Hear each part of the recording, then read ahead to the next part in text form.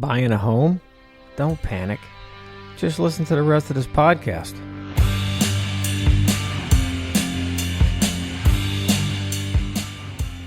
Welcome to Home Inspection Authority's Straight Talk Podcast with me, John LaForme.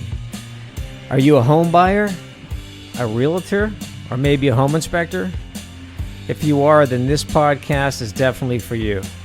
So let's get right into some straight talk about home inspections. Okay, everybody, I am back. John here from Home Inspection Authority. I want to start off by saying thank you to everybody for the really good, positive comments regarding episode 1 and the launch of my podcast. Very inspiring, and inspiring enough to have me start episode 2. So here we go. So episode 2, I want to discuss drywall, cracks, nail pops, screw pops, wavy walls, sagging ceilings. All this has got to do with drywall or plaster in some cases on the older homes. So I've noticed over the years that a lot of clients get fixated when they see a crack in the ceiling or a crack in the wall. And 95% of the time, it's just cosmetic. But it really gets them worried. I've noticed that. They get really panicked when they see that. So I want to try to put everybody at ease with that and let you know when it's typically a problem and when it's typically not a problem. Drywall has been around since the early 1900s. However, it became really popular around 1940s, 1950s, and now it's commonly used as the go-to material for any wall or ceiling finish. So let me try to explain what drywall is. Drywall is simply two paper boards that sandwich gypsum, which is a powdery white sulfate mineral, and that's it. It's not like made out of steel or wood. It's a fragile material. And under stress, it can crack, it can rip. If the wood framing behind the wall starts to twist from drying out, it can cause what's called nail pops or screw pops, where you actually see like the screw or the nail is trying to push itself out towards the living area. So it looks like a blemish. So how much does drywall cost? Drywall is... Right now, it's about $12 a sheet for a half inch, which means it's 8 feet long, 4 feet tall, and a half inch thick. And then you can get into, a 5/8, which would be the same width and length. However, the 5/8 is typically used in garage applications for fireproofing between the garage and the home to keep fire from spreading in the event there was a garage fire. It's also used for attached townhome developments as fire barrier between the units. And it also has some soundproofing characteristics as well. So some developers may double up on that 5/8 drywall in between the buildings.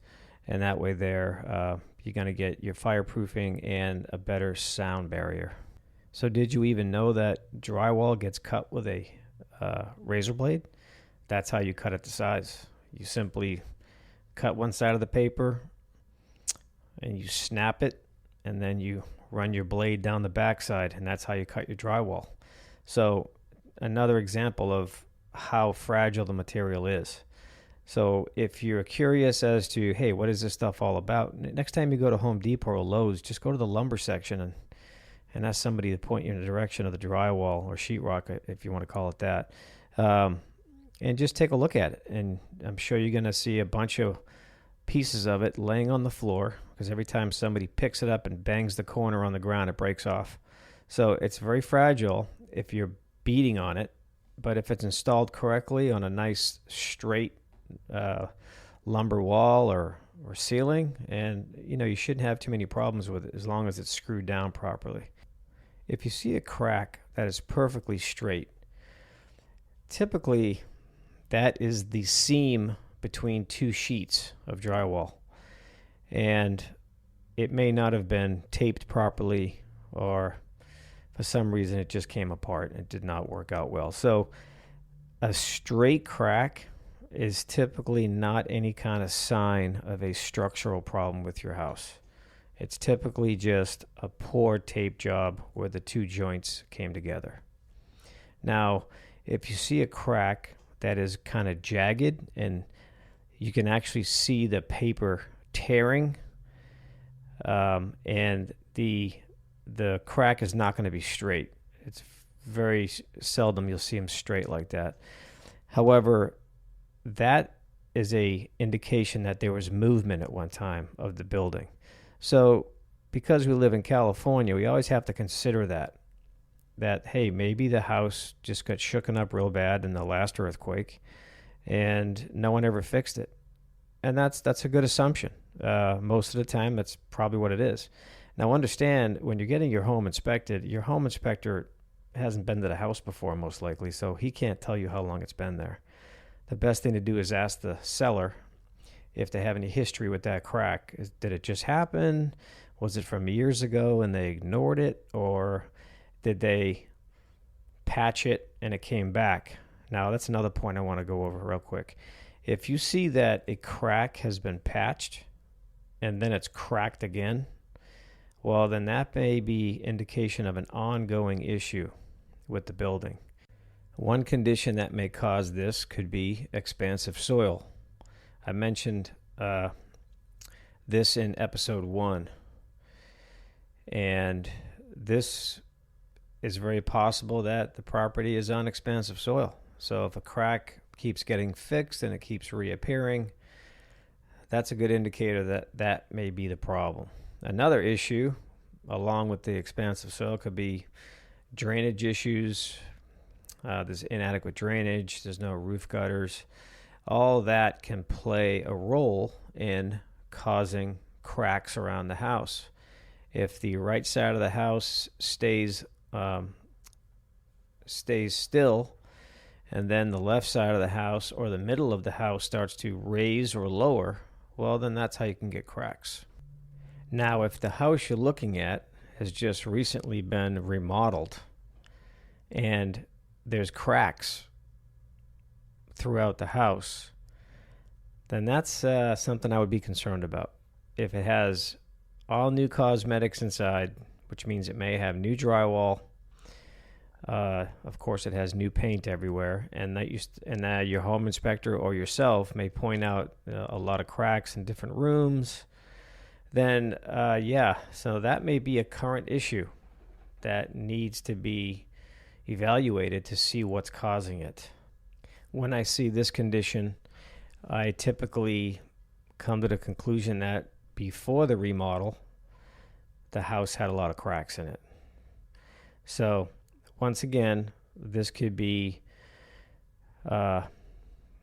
because of the foundation, expansive soil. It could be something from under the house causing movement. So you may need some floor framing work, reinforcements. You may need some foundation work. It's hard to tell until the entire house has been inspected, and then your home inspector can give you a good assessment of what he thinks might have been causing that issue. Let's now cover settlement. Typical settlement of a house. Let's say you have a new construction house. You can expect to see cracks within the first 3 years of that house being built. Why?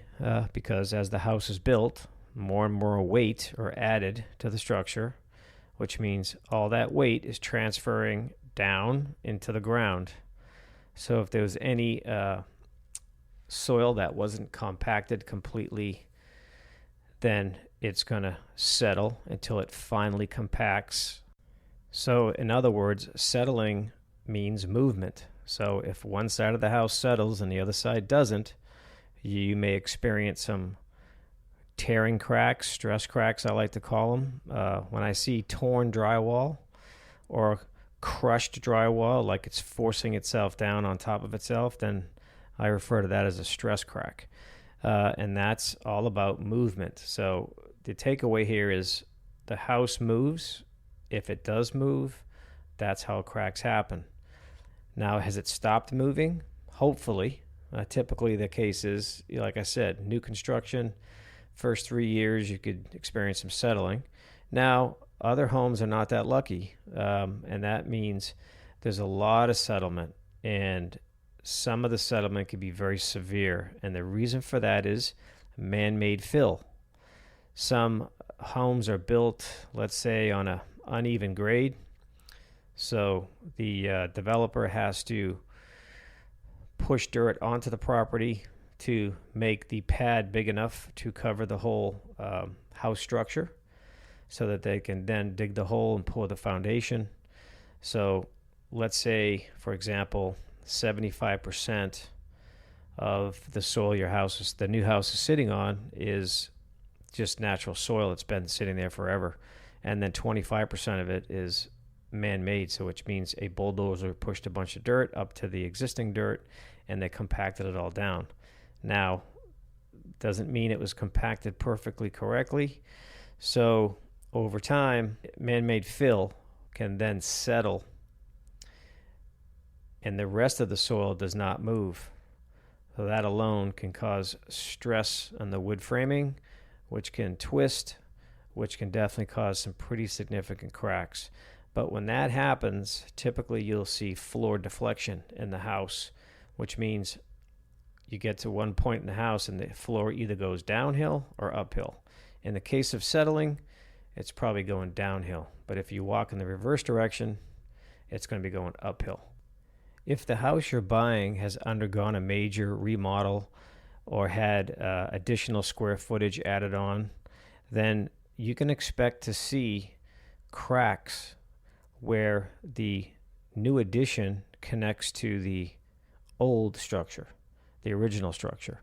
And the reason for that is, well, the original structure's been there probably for a long time, and now you have a new structure attached to it. So the new structure has the ability of settling. It may settle a little bit, it may settle a lot, and whether it's a little or a lot, it can cause cracks where it connects to the older structure. So expect to see that if you have a brand new addition added within the first 3 years. Okay, here's a true story for you. A few years back, I inspected a home for a realtor that I was doing business with. He was purchasing it for himself, and it was a complete remodel, flip. Everything was new in there. Every wall, every ceiling, kitchens, baths, you name it. It was completely redone. And overall, it looked pretty nice. But when I got onto the house, right away I could see a lot of shrinkage cracks in the soil, and right away I could see all kinds of foundation work that was already done. So I think I counted 10 to 14 foundation straps. What that means is there was cracks in the foundation at least 10 to 14 locations, and a foundation contractor came in and installed straps, which means they drill a hole in one side of the crack, drill a hole in the other side of the crack. They put a piece of metal across the two, and they bolt it in. So it's there intended to help prevent the crack from getting wider. So this was throughout the crawl space. And, I believe even the some of the wood columns were, kind of tilted, and just they've been taking a beating from the expansive soil because it's been there for a long time. It was an older home that was flipped. So at the end of my inspection, I let them know. I said, hey, look, this house is definitely on expansive soil. I'm going to recommend you have a soils engineer come out and take a look at that to confirm that. And I told them what to expect. I said, right now the walls and ceilings look good, but I'm telling you, it's only a matter of time before you start seeing cracks all over the place, because it's going to happen. It's just a matter of when. So I'd say a good year went by, And I happened to just remember the house, and I started asking him questions. And he said, yeah. He goes, I have been noticing cracks in the ceilings and the walls. So this means that the house is moving when the soil gets wet. And when it dries, it moves again. So expansion, contraction with the expansive soil can and will cause cracks. Now I want to talk directly to new home inspectors. So listen up, everybody. Whether it's going to be your first inspection or your 10th inspection or your 30th or 40th, be careful when you have a pushy client or a pushy realtor trying to get you to explain stuff before you finish your inspection.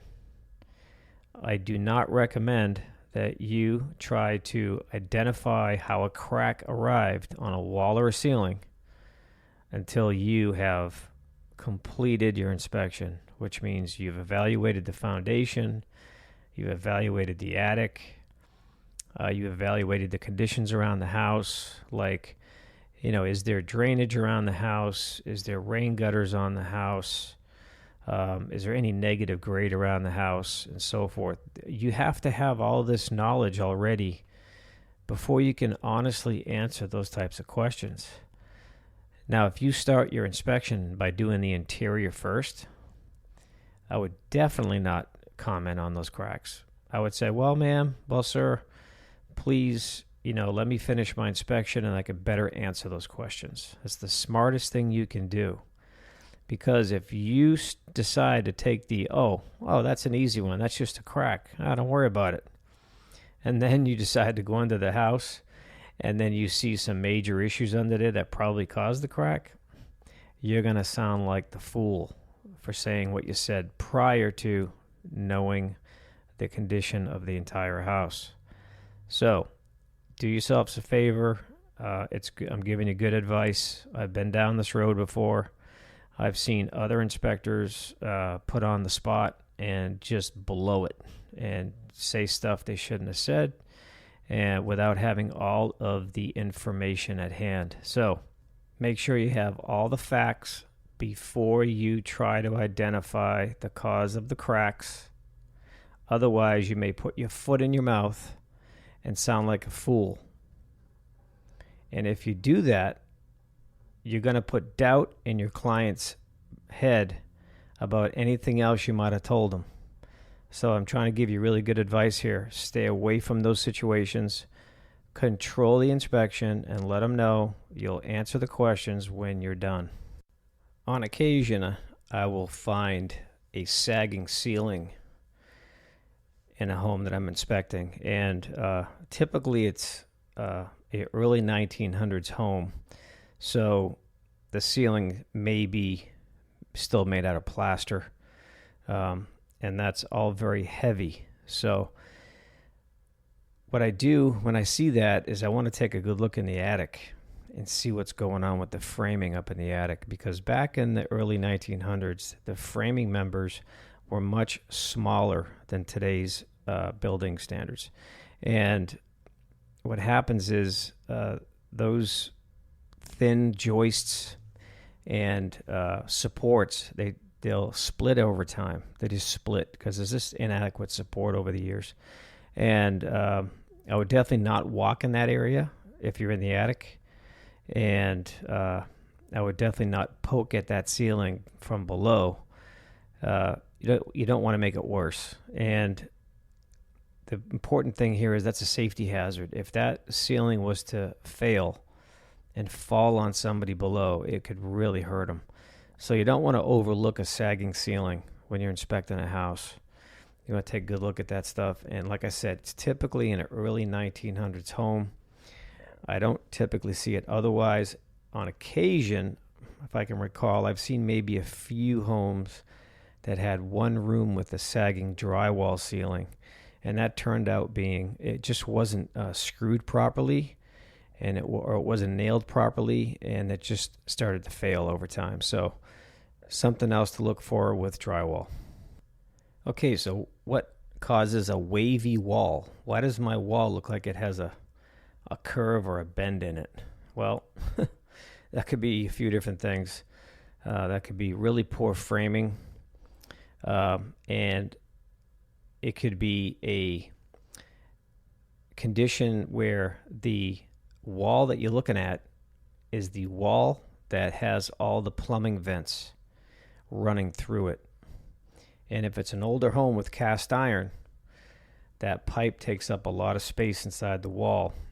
And if the framer's not in good communication with the plumber, and then, the framing's done, and then the plumber does his rough work, and then his pipe is sticking past the wall, and the framer doesn't see it, because if he did see it, he would probably fur out the wall, so it's the pipe is not sticking past the wall. And then if that gets overlooked, well then here comes the drywaller. He's not going to try to fix it. He's just going to run his drywall right over it, or his plaster right over it. That's typically what causes a wavy wall. It's just cosmetic. It's just probably going to be an eyesore. You can fix it. It may require pulling off the wall sheathing, the drywall or plaster, and then straightening the wall, and then reapplying the drywall or the plaster. But it's typically not a big issue. It's just a cosmetic issue. Okay, so now I want you to ask yourself, does your current home or apartment have cracks? If so, does it look like your house is falling down? Probably not. So keep that in mind when you're going to buy someone else's house. It's just, I'm trying to remove the panic from the crack issue, because it happens a lot. A lot of buyers are just very, very stressed out over this, and it seems to be their main focal point throughout the inspection. And I think they're going into it with the wrong mindset. So the expectations are just wrong going into the purchase of the house. If you're buying a house, it should be fun and not stressful. So you really want to educate yourself on what it is you're going to buy. Keep in mind the number one thing that you should always be aware of is, what is the age of your house? Was it built in the early 1900s? Is it 1950s? Is it the 1980s?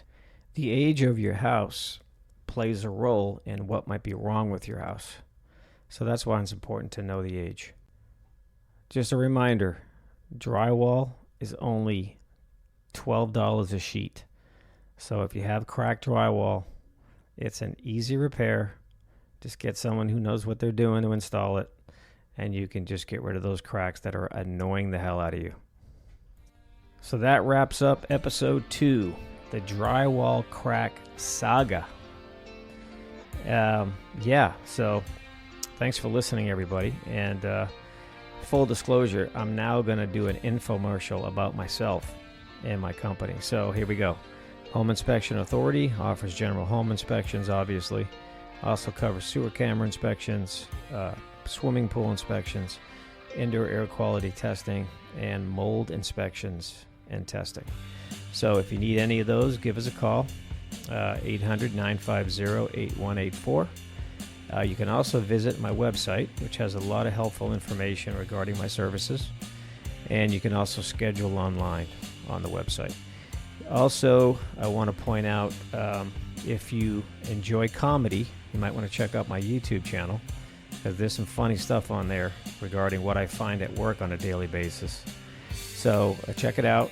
You'll also find some informational videos, home maintenance videos, and for the home inspectors listening, there's some good tool videos that I recommend using and so forth. And I recently started a TikTok, which I'm still trying to learn how to do, so bear with me on that. And my TikTok address is Authority Inspector, and my Instagram is also Authority Inspector. You can also find me on Facebook, Home Inspection Authority. And I hope you found today's episode helpful and informative, and I hope it answered a lot of your questions you had about drywall issues.